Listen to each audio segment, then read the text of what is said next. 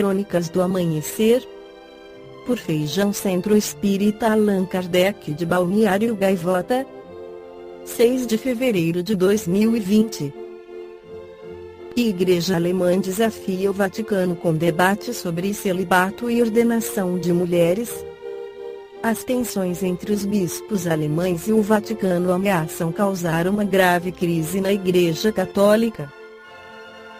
A Conferência Episcopal decidiu levar adiante o incipiente debate reformista, nascido no calor da investigação sobre abusos sexuais na Alemanha, apesar da oposição vaticana.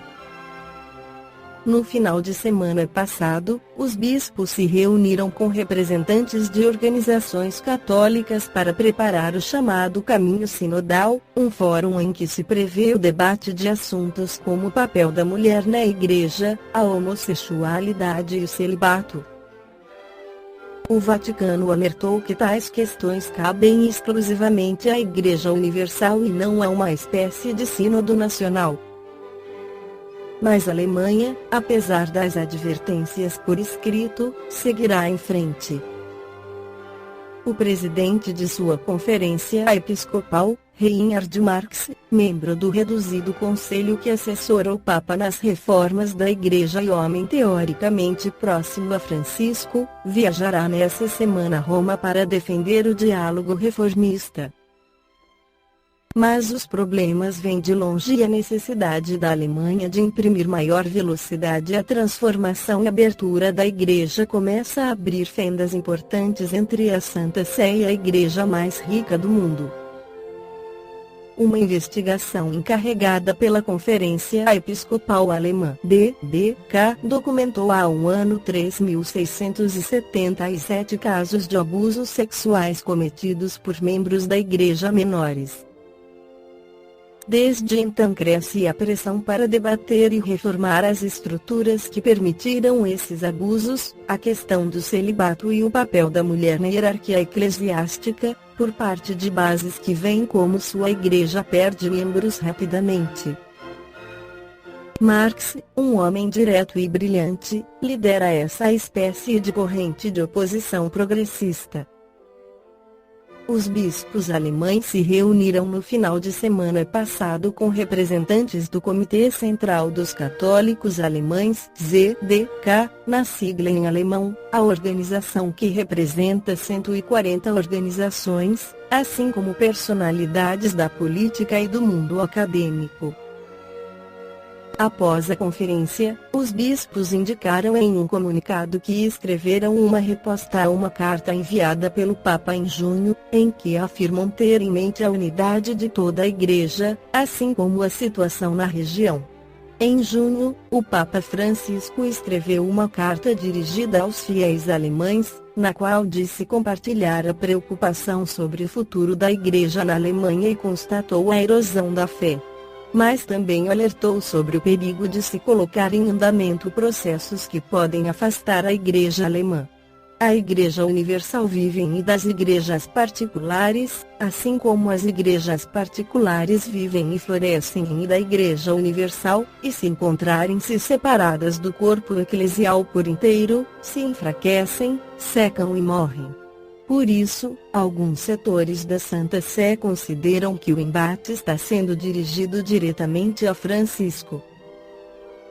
A investigação dos abusos demonstrou que ocorreram crimes individuais, mas também causas estruturais dentro da Igreja que os permitiram, diz Theodor Nuzenius, porta-voz do ZDK. O debate se divide em 4 grandes grupos de trabalho, sobre o poder e a participação na Igreja, o estilo de vida dos padres, a moral sexual e o papel das mulheres na instituição. Nuzenius diz que o caminho sinodal lançará somente recomendações e que Roma não pode se opor a um simples diálogo, mas reconhece que o processo aumentará a pressão tendo em vista um processo de renovação, em um momento em que a Igreja alemã perdeu mais de 200 mil membros no ano passado. segundo o Espírito e Emmanuel pela psicografia de Francisco Cândido Xavier no livro A Caminho da Luz. Nos albores do século XV, quando a Idade Medieval estava prestes a extinguir-se, grandes assembleias espirituais se reúnem nas proximidades do planeta, orientando os movimentos renovadores que, em virtude das determinações do Cristo, deveriam encaminhar o mundo para uma nova era.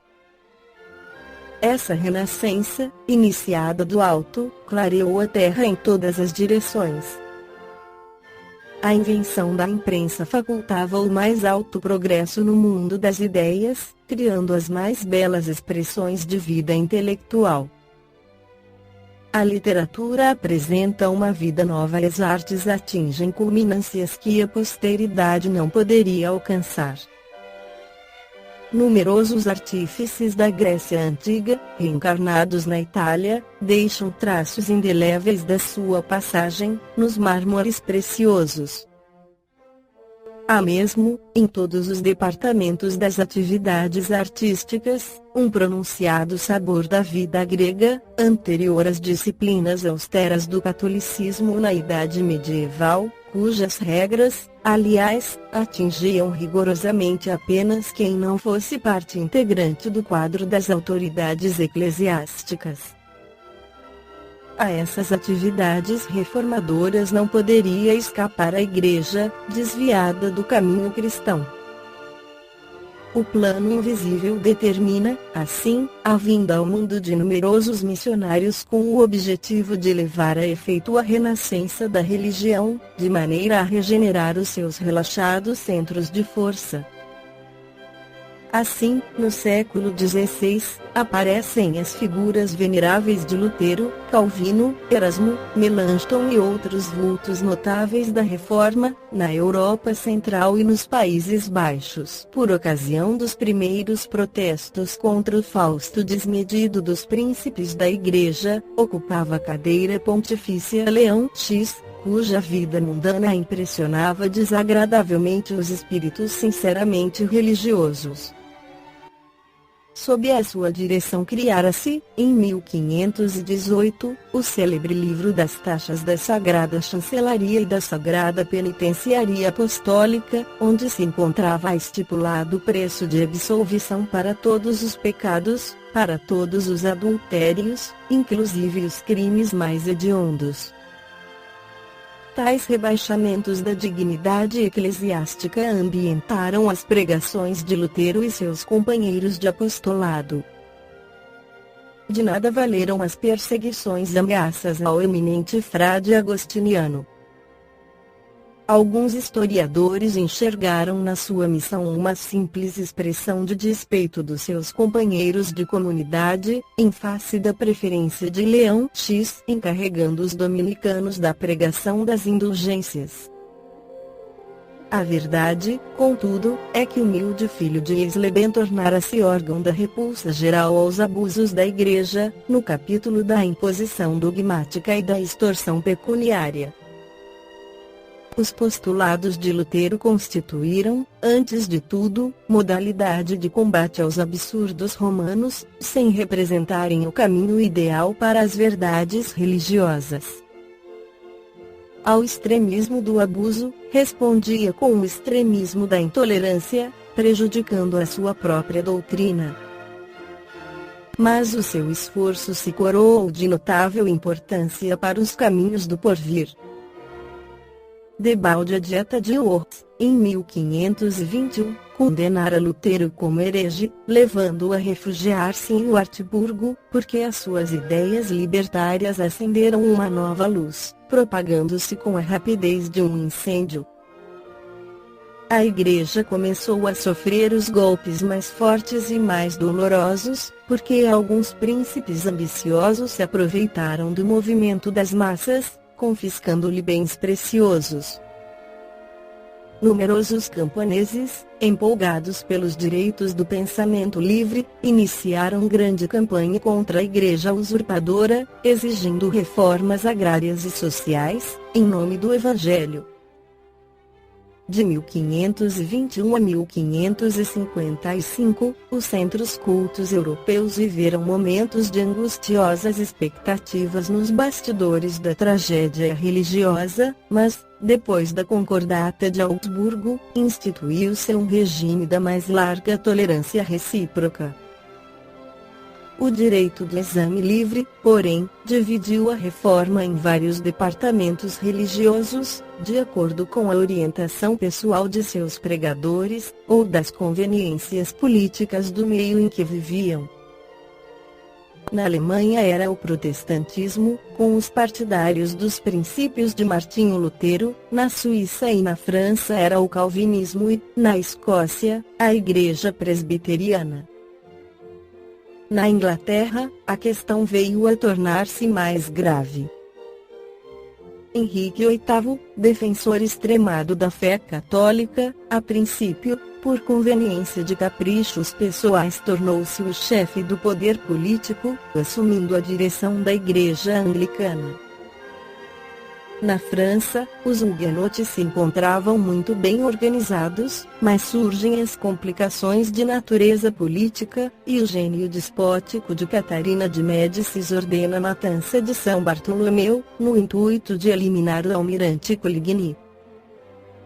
O movimento sinistro, que durou 48 horas, começou em 24 de agosto de 1572, sofrendo a reforma um dos seus mais amargos reveses.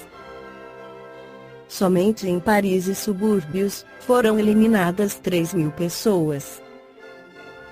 Os mensageiros do Cristo deploram tão dolorosos acontecimentos, trabalhando por despertar a consciência geral, arrancando-a daquela alucinação de morticínio e sangue, mas precisamos considerar que cada homem, como cada coletividade, pode cumprir seus deveres ou agravar suas responsabilidades próprias, na esfera de sua liberdade relativa.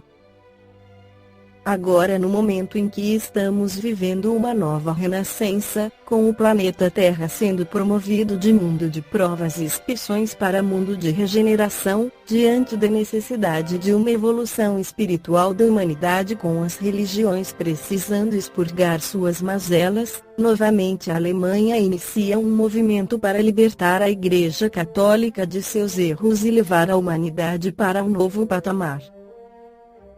Arremata o Espírito Emmanuel, o assédio das trevas avassalou o coração das criaturas.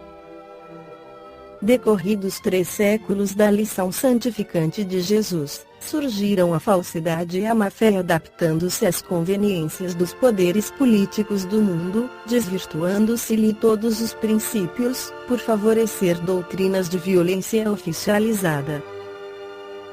Debalde enviou o Divino Mestre seus emissários e discípulos mais queridos ao ambiente das lutas planetárias.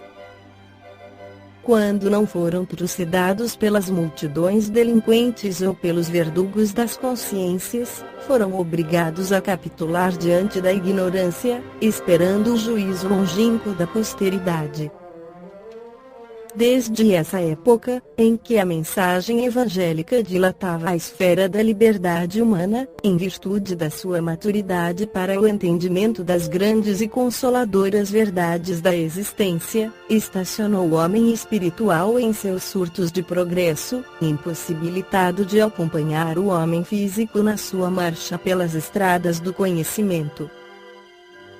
É por esse motivo que, ao lado dos aviões poderosos e da radiotelefonia, que ligam todos os continentes e países da atualidade, indicando os imperativos das leis da solidariedade humana, vemos o conceito de civilização insultado por todas as doutrinas de isolamento, enquanto os povos se preparam para o extermínio e para a destruição. É ainda por isso que, em nome do Evangelho, se perpetram todos os absurdos nos países ditos cristãos. A realidade é que a civilização ocidental não chegou a se cristianizar. Na França temos a guilhotina, a forca na Inglaterra, o machado na Alemanha e a cadeira elétrica na própria América da Fraternidade e da Concórdia, isto para nos referirmos tão somente às nações supercivilizadas do planeta. a Itália não realizou a sua agressão à Abissínia, em nome da civilização cristã do Ocidente? Não foi em nome do Evangelho que os padres italianos abençoaram os canhões e as metralhadoras da conquista. Em nome do Cristo espalharam-se, nestes 20 séculos, todas as discórdias e todas as amarguras do mundo. Mas é chegado o tempo de um reajustamento de todos os valores humanos. Se as dolorosas expiações coletivas preludiam a época dos últimos ais do Apocalipse, a espiritualidade tem de penetrar as realizações do homem físico, conduzindo-as para o bem de toda a humanidade. O Espiritismo, na sua missão de consolador, é o amparo do mundo neste século de declives da sua história. Só ele pode, na sua feição de cristianismo redivivo, salvar as religiões que se apagam entre os choques da força e da ambição, do egoísmo e do domínio, apontando ao homem os seus verdadeiros caminhos. Esta foi a crônica do amanhecer de 6 de fevereiro de 2020. Por Feijão Centro Espírita Allan Kardec de Balneário Gaivota. Que a paz esteja com todos.